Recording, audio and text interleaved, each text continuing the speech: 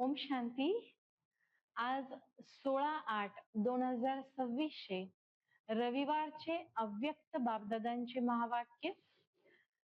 पुनर्चलित मुरली आहे 16/3/2011. आज बाबांनी प्रकृतीला योगदान देऊन सत्वप्रधान बनवण्याची श्रीमत दिली आहे. त्याचबरोबर संस्कार मिलनची रास करा आणि त्याची तारीख फिक्स करा असं बाबांनी आज खास सांगितलेलं आहे. त्याचबरोबर संपूर्ण पवित्रता काय आहे आणि संपूर्ण पवित्रतेच्या द्वारे संपूर्ण सफलता कशी मिळते तेही बाबांनी आज सांगितलं. बाबांनी हे पण आठवण करून दिलं की ज्ञानी समजदार मुलगा कोण. बाबा अचानकचा पाठही आज आठवण करून देत आहेत. चला तर मग आजचे महावाक्य ऐकूया. मुरलीचं टायटल आहे मनसाद्वारे प्रकृतीला सतोगुणी बनवण्याची सेवा करा, शुभ भावना शुभकामना ठेवा आणि संस्कार मिलनची रास करा. आज पवित्रतेमध्ये परम असलेले बाबा आपल्या मुलांसोबत होळी खेळण्यासाठी, होळी साजरी करण्यासाठी आलेले आहेत. बाबा म्हणतात, तुम्ही कोणत्या रंगाची होळी साजरी करण्यासाठी आला आहात? श्रेष्ठ ते श्रेष्ठ रंग आहे परमात्मा संघाचा रंग.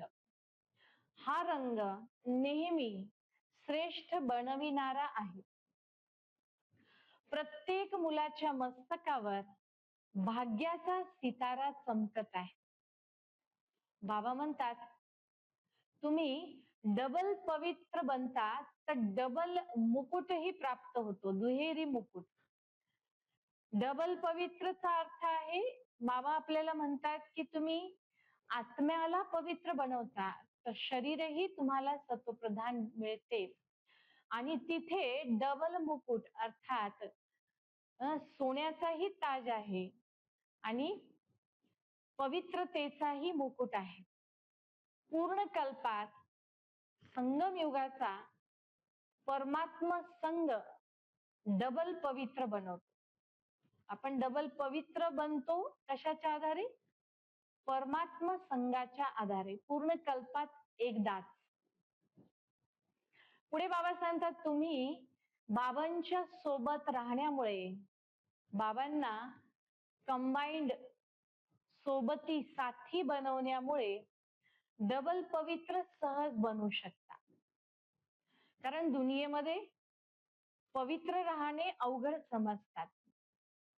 बाबा म्हणतात ते स्थूल रंग लावतात, है ना, 7 रंग स्थूल रंग लावतात आणि तुम्ही बाबाच्या संघाचा रंग स्वतःला लावून पवित्र बनता. तुम्हाला नशा आहे का की आमची होळी प्रभू संघाच्या रंगामुळे अर्धा कल्प आमची होळी इतकी श्रेष्ठ आहे की प्रभू संघाचा रंग आपल्याला लागतोय आणि त्याची प्रारब्ध अर्धा कल्प सन्मानाने, विधीपूर्वक, कायद्याप्रमाणे, प्रेमाने पूजा होते. किती सुंदर पॉइंट आहे. बाबा म्हणले, तुम्ही नेहमी उमंग उत्साहात राहता. जे उमंग उत्साहात राहतात त्यांना बाबांनी आज हात वर करायला सांगितलं.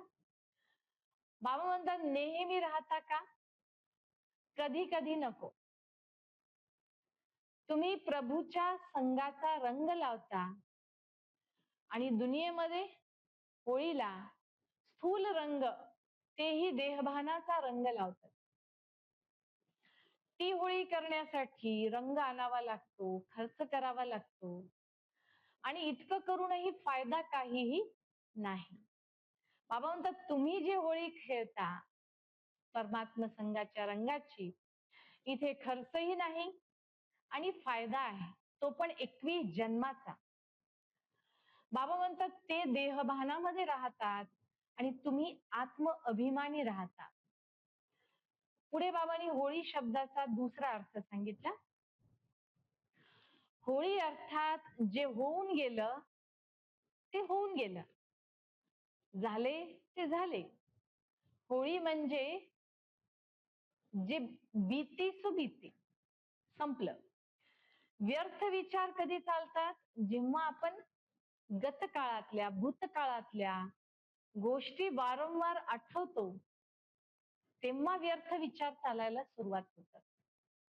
म्हणून बाबांनी आज स्पष्टच सांगितलं की आता व्यर्थ विचार करण्यामध्ये वेळ वाया घालवू नका. व्यर्थामध्येच वेळ जास्त वाया जातो. संगमयुगाचा 1 मिनिट 21 जन्माची प्रारब्ध करून देऊ शकतो. बाबा म्हणले एक मिनिट खूप अतिमूल्यवान आहे, व्हॅल्युएबल आहे. 1 सेकंद ते जात नाहीये, 1 मिनिट व्यर्थ नाही जाते. त्या मागे अनेक जन्माची प्रारब्ध मिळवण्यात सुद्धा फरक पडत आहे. म्हणून बाबांनी आज स्पष्ट सांगितलं की संगमयुगाच्या वेळेचं अतिमूल्य आहे. संगमयुगाचा विचार व वेळ व्यर्थ नाही गमवायचा. बाबांचा सोबती बनून राहायचंय, बाबांना आपल्याला सोबत ठेवायचंय.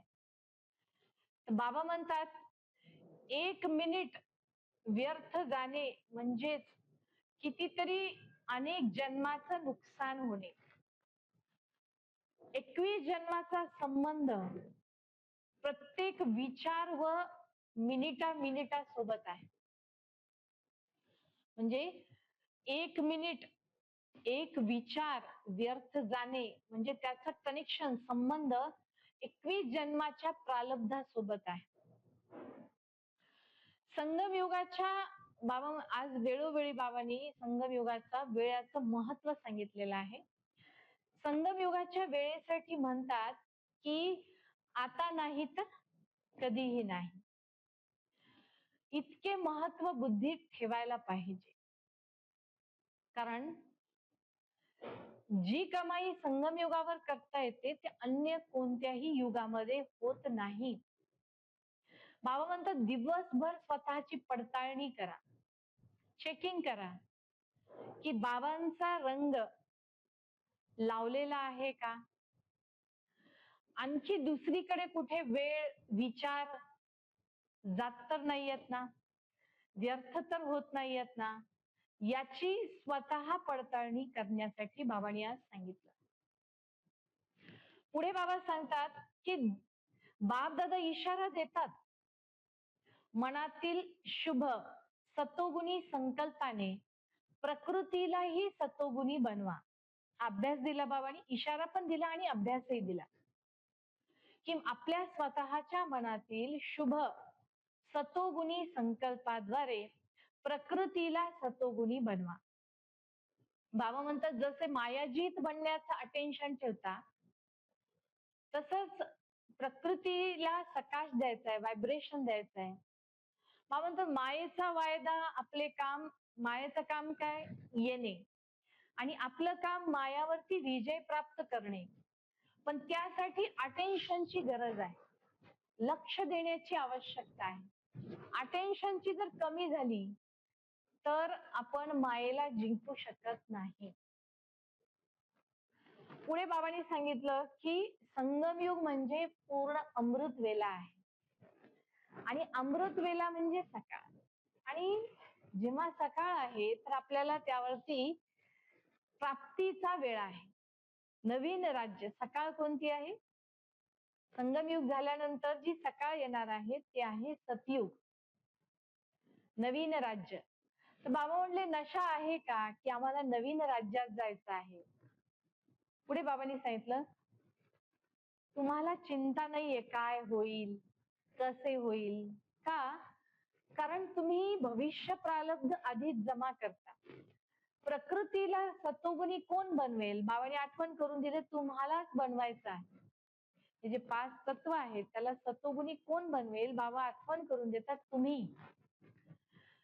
पुढे बाबांनी सांगितलं बाप दादांना खूप वेळाचा अचानक पाठ बाबांनी आपल्याला शिकवलेला आहे की जे पण होणार आहे अचानक होणार आहे. हा पाठ खूप बहुत काल का अभ्यास, खूप वेळाचा अभ्यास अचानकच्या पाठाचा पाहिजे. म्हणून बाबा म्हणतात घाबरू नका. गोष्ट सांगतात ना की सर्व बाजूस आग लागलेली आहे, अग्नी प्रज्वलित झालेली आहे, परंतु परमात्म्याची मुलं त्यामध्ये सुरक्षित आहेत. गोष्ट सांगतात, पांडवांची ही गोष्ट आहे, लाखा भवनची. तर बाबा म्हणतात की हे तुमचं गायन आहे, पण तुम्ही जर आधीपासून अभ्यास केलेला असेल, अचानक त्या परिस्थितीमध्ये बाबा आणि ती आठवण, ती स्मृती, योगाची शक्ती कामाला येणार आहे. पुढे अभ्यास सांगतात बाबा, शुभ भावना, शुभ कामनाची दृष्टी ठेवा. शुभ भावना, शुभ कामनाची किरणे, व्हायब्रेशन अनेक आत्म्यांना द्या. सहारा बना, कारण तो तुमचा परिवार आहे. पण सर्व आत्मे परमात्म्याची मुलं म्हणजे अवघे सर्व आत्मे परिवार आहे. हे सर्वच जण आपला विश्व परिवार. आठवण करून दिली बाबांनी, जसं ट्रॅफिक कंट्रोल करता, मध्ये मध्ये बाबांची आठवण करता. अमृत वेळेला सुद्धा निश्चित वेळेमध्ये बसून आठवण करता. तसंच मनसा सेवा सुद्धा आवश्यक आहे. मनसा सेवेसाठी सुद्धा वेळ द्यायला पाहिजे. बाबा म्हणतात की दयावान बना, रहमदिल बना, विश्व कल्याणकारीचे स्वमान लक्षात ठेवा. विश्वाला सकाश देण्यामध्ये आळशी, अलबेले बनू नका, कंटाळा करू नका. पुढे बाबा सांगतात, संस्कार मिलनची रास करा. संस्कार मिलनची तारीख निश्चित करा. कारण भाव, स्वभाव, स्वभाव संस्कार यामध्ये खिटपीट चालते. म्हणून बाबांनी सांगितलं, सेवेसाठी जास्तीत जास्त वेळ काढा. मग संस्कारांची खिटपीट आपोआपच संपून जाईल. सेवेमध्ये संस्कारांची खिटपीट आपल्याला करायची नाही. तरच बाबा पुढे सांगतात, लास्ट सो फास्ट आणि फास्ट सो फर्स्ट. जो शेवटी आलाय तोही पुढे जाऊ शकतो, पहिल्या नंबर मध्ये जाऊ शकतो. फक्त तीव्र पुरुषार्थ करावा लागेल. बाबा म्हणतात, दुआ, आशीर्वाद तीव्र पुरुषार्थी बनवून पुढे नेण्यासाठी मदत करतो. म्हणून सर्वांच्या दुआ, आशीर्वाद आपल्याला घ्यायचे आहे, जेणेकरून पुरुषार्थ आपला तीव्र होईल. शेवटी बाबांनी एक एक मुलांना एक एक टायटल आठवण करून देऊन सर्वांना नमस्ते केलं आणि मुबारकही दिलं, होळीची शुभेच्छा दिली. आत्मिक पित्याची आत्मिक मुलांना नमस्ते. आपणही म्हणायचे, आत्मिक मुलांची आत्मिक पित्यास नमस्ते नमस्ते. आजचं वरदान, प्रत्येक विचार व कर्म यात सफलता सिद्धी प्राप्त करणारे संपूर्ण मूर्त भव. संकल्पात सफलता तेव्हा मिळते जेव्हा विचार शक्तिशाली असतात. जे आत्मे जास्त विचार करतात ते कमजोर असतात, कमजोर बनतात. कारण जास्त विचार करणे आणि मग त्या विचारांची पालना करू शकत नाहीत, म्हणून ते शक्तिहीन बनतात. व्यर्थ रचना आता बंद करा, तर सफलता मिळेल. आदी मध्य अंत जाणून प्रत्येक कर्म करा, त्यातूनच संपूर्ण मूर्त बनाल.